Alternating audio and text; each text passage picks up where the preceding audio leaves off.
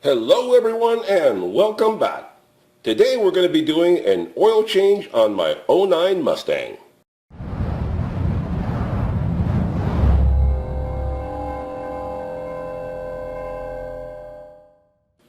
Well, hello everyone and welcome back. Glad you could join me again.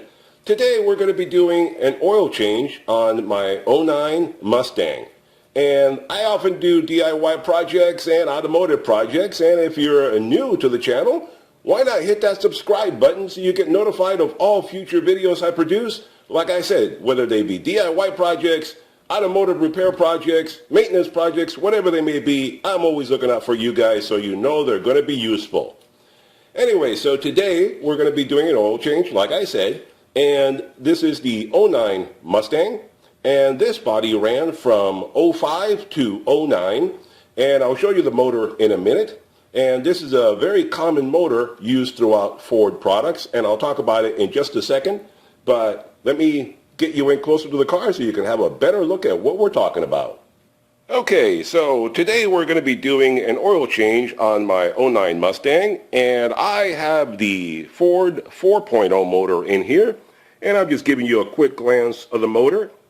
I know a lot of these vehicles are purchased in the aftermarket, and some people buy them used, and they have been heavily modified over the years by the previous owners. If you have any questions about this motor or this vehicle, I keep mine 100% stock. Feel free to ask me any questions you have about the car, and I will tell you what is stock and what is not. Now, the only thing I've modified on this car has been the strut tower covers, which it didn't have any. I thought looked pretty ugly, so I added those. And the plenum cover, which I thought looked pretty bare without anything covering it. And the Ford did not make a cover for this plenum, and the aftermarket one looked like a giant shoebox on top of the motor, so I didn't like it. So I made my own, and I think it turned out pretty darn sexy. Really spices up the motor quite a bit. Also, if you're curious, I have a catch can on this motor, and you can see it right there. And you can see the hose routing goes from the PVC over there to the catch can to the intake manifold. So you can see the whole thing right there. That is aftermarket. I put that in. That is not original. So anyway, this is the 4.0, like I said, and this motor was around since before '05, but it was put into the Mustang in '05 up until 2010, which was 1 year after this car, and then it was replaced by the 3.5. And the 4.0 was a very good motor. Ford used it in many different vehicles, in the Mustang, in the Ranger, in the Explorer, maybe even some other vehicles, I'm not sure. But it was a darn good motor. It is very peppy and strong. It really likes to go. I mean, I don't know about the other vehicles, but here with the transmission and rear end combo on this vehicle, it really likes to go fast. So let's get started. I'm going to get it up on the ramps, and we'll start changing the oil. Actually, before we start jacking it up or putting it up on ramps and to change the oil, I wanted to show you where the oil filter is. You can see it from the top here, and it is accessible if you want to reach down over the fender. You can reach down there through these hoses and stuff and grab it and change it, but I don't like to do that. I don't want to take a chance on scratching up my fender. So, I'm going to do it from underneath, but you can see it is accessible from up above. So you can see it right down there. Just wanted to show you that. So let's get under there and see what it looks like. Okay, so we have it lifted up and ready to get underneath. And to avoid having to use a jack and so forth, I prefer to lift up a car on ramps if I can do it. In this case, it's easy enough to do and quicker. And I have another video that shows you how to make your own car ramps if you want to save money and make them even stronger than the store-bought ones. And remember to put wheel chocks on the back of your vehicle. You definitely don't want it rolling back on you. So I always have wheel chocks ready to go. And I made my own for this as well. So there you go. These are nice and sturdy. They will never let you down because they're made out of solid wood. Anyway, so let's start getting under the car and start draining the oil. Okay, so here we are under the vehicle, and this is the front of the motor. Okay, just giving you a quick shot of it. And the filter is a little further back. I'm going to move to that in a moment. But this is a good time to, when you're under the car, to check for leaks. Make sure everything's okay, nice and clean. you don't have anything that's broken, loose, messed up, whatever the case may be, now's your opportunity to find it and address it if necessary. I'm starting here at the front of the vehicle, and I'll move my way back. And the filter is, I don't know if you can see my, back over here, behind this black I-beam. So back over here, I'm going to move back there in just a moment and show you the drain plug and the filter. Okay, so here is the drain plug, showing you right there. There's the drain plug under the motor. And you're going to need a 13 millimeter wrench to be able to access this. And I would suggest a wrench, not a socket wrench, because there's not enough clearance. As you can see my finger there, if you try to put a socket and wrench in here, there's just not enough room. It's only about enough for a finger and a half. So a ratcheting wrench, I think, is a whole lot smarter. It lets you work on it much easier than having to deal with it the other way. So under here, you're going to find there's not much room to work under this car. It's not bad compared to other vehicles, but it's not great either. Let me put the pan under here, which blocks the light so you can't see very well. But let's see, I have to, like I said, not much room to work under here. If I had a lift, it would be a whole lot easier, but I'm a poor man, so I have to do it the poor man's way. Let's see if I don't make a huge mess getting this out of here. And it's a long bolt going in here too, a long screw. And I think, here we go. There we go. I got it in the pan. Whoa, didn't make a mess. That's amazing.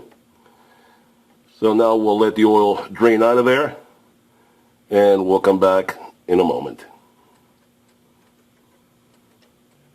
Okay, as you can see, we're down to a trickle, so I'm going to close it back up, and I added some extra lighting so you can see what I'm doing down here. Unfortunately, everything under this car is black, so it really sucks up the light quite a bit. Let me get my hand over here. Close this back up. And don't use an impact to get this on or off, or you'll regret it. Remember, this is all aluminum, so you can ruin it quite easily. And don't go crazy when you're tightening it up either. Remember, 13 millimeter. Don't go crazy when you're tightening it up, or you could strip it. The bolt is quite thick, but the head on it is not. So you could damage the head if you're not careful. Just tighten it up so you don't have a leak, but don't go nuts. All right, let's move on to the filter. Okay, there you have the filter. It's actually quite easy to get to. It's just difficult for me to do, holding a camera and being in a cramped space and holding the ratchet. So if the camera is shaky, I apologize, but it's really difficult to film under here. Like I said, if it was lifted up higher, it'd be much easier. But let's see. And for the filter, what you're going to need is a 93 millimeter cup. That's the type I prefer to use. It's just easier to get it in there and ratchet it off of there. So you put the cup on there, ratchet off, and off you go. Let me get that off, and I'll be right back. Okay, so let's see. I got the filter loosened up, and let me get my hand in here and let it out of there, and hopefully I don't get oil all over the place. There we go, and hopefully I didn't get it on the camera, because I'm right underneath it. I can't tell, looking in two places at once.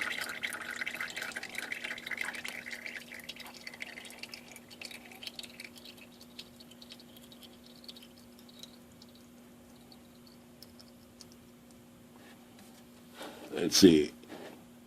All right, it's going to be a gusher, so I'm going to have to pull the camera away so I don't get oil all over the lens.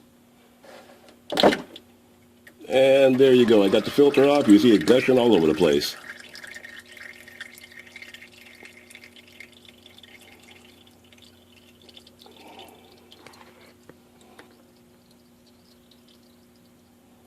I'm going to let that drip for a little bit, and I'll come right back. Okay, you can see it's still dripping there. But I cleaned it off. Make sure you clean it off before you put the filter back on.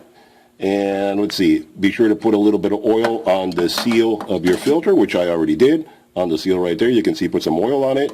And I prefer to use the Motorcraft oil filters that go with this car. And in case you can't see it right there, it is F as in Florida, L as in Larry, 820S. That's the one that goes with the 4.0. at least with the Mustang. I think it should be the same for all of the other ones, but just in case, let me just say it's for the Mustang. So just put it up here, hand tighten it, and you should be fine. Don't go crazy. There's no need to put it any more than hand tight. There you go, hand tight, and the filter is on, and we're done. That's how easy it is to change the filter on the Mustang. Now let's go up above and fill it up with oil. Okay, so here we are now on the top of the motor, up above, and what we need to do is fill it up with oil. Now on this version of the 4.0, the filler neck is right here on the driver's side of the vehicle, and is fairly prominent, so you shouldn't have any trouble finding it. Now the cap on this vehicle says to use 5W30. If you choose to use that, that's totally up to you. In my climate, the weather does not get very cold at all, so I prefer to use 10W30, which is a more standard oil, and it gives it a little more protection. It doesn't thin out as much. So that is the oil I prefer to use. You want to use a manufacturer, go right ahead. Nothing wrong with it either way. It all comes down to the temperature in the area that you live in. So now we just pour it in, and this takes 5 quarts, so a 5-quart jug will do the job perfectly. And like I said, these 4.0 motors were available on many different vehicles, Ranger, Explorer, Mustang. Very good, very strong motor. If you take care of it, it should last you a long time. It's an iron block, so it's very, very durable. Just take care of it, change the oil and antifreeze and stuff so you don't get any rust buildup. You should be fine. And it's a very peppy motor. A lot of people don't realize how peppy, how strong this motor really is. It really wants to go.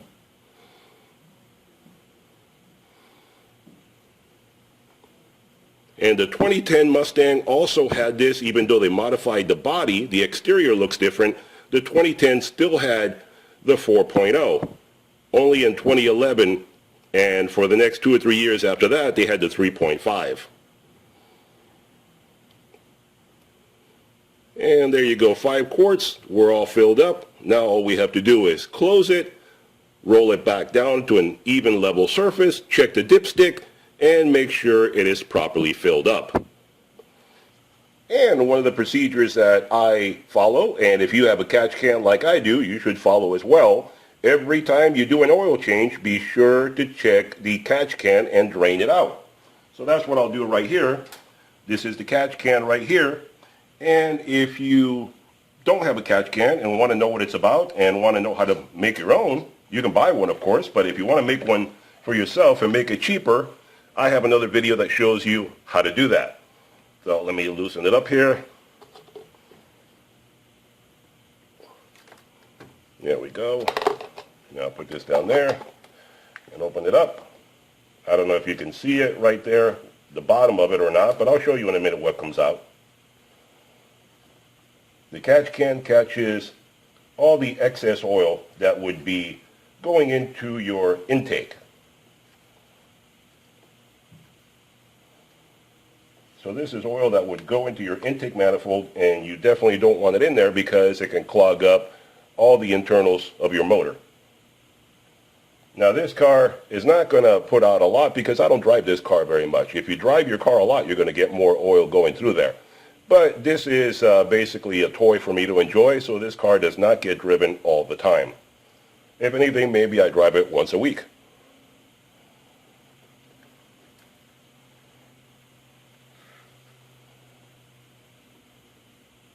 And there we go. I think that should be about right there.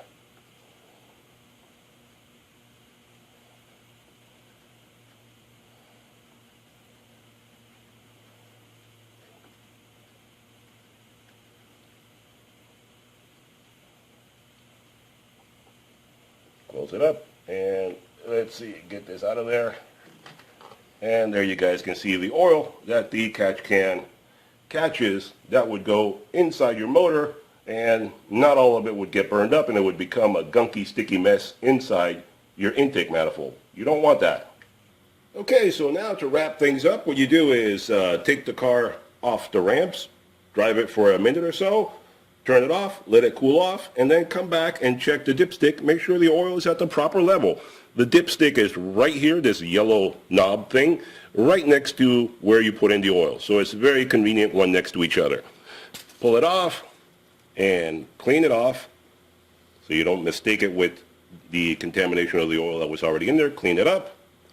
And remember, you have let the engine cool for a minute or so that the oil will drain back to the bottom. Put it back in, take it out, and let's see. You can see right there, it's at the halfway point. It is perfectly fine. You should be able to see that there. So the oil is perfectly fine. So clean it up, put it back in, and you're done. We changed the oil on the 4.0 2009 Ford Mustang.